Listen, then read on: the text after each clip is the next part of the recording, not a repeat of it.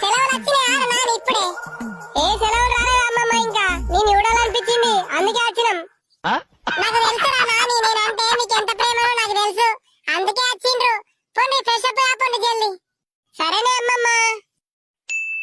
అమ్మమ్మ మిరపకాయ బజ్జీలు పోయే తిందాం. అమ్మమ్మ మిరపకాయ బజ్జీలు అస్సలు చేయకే, ఆడు మిరపకాయ తినడు, ఓన్లీ బజ్జీ తింటాడు. మీది గులాబ్ జామ్ చేయ అమ్మమ్మ.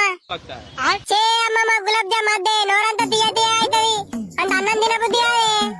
పప్పు షారు వేసుకొని మిరపకాయ బజ్జీలు అంచు కంటించుకొని తింటే కమ్మగత్తదే అమ్మమ్మ. అక్కనే అంటదే, నువ్వు మిరపకాయ బజ్జీలు వేయే. అరే రెండు చేస్తారా, మీరు లొల్లి వరకుంటారా కొంచెం. అమ్మమ్మ ఒక 10 రూపాయలు కొనుకొచ్చుకుంటా. కొంచెం అయితే అన్నమే తింటాం కదా బేట, ఆ దుకాణంలో మంచిగా ఉన్నాయిరా అద్దు. అబ్బా అమ్మమ్మ ప్లీజ్ ఇయ్యే.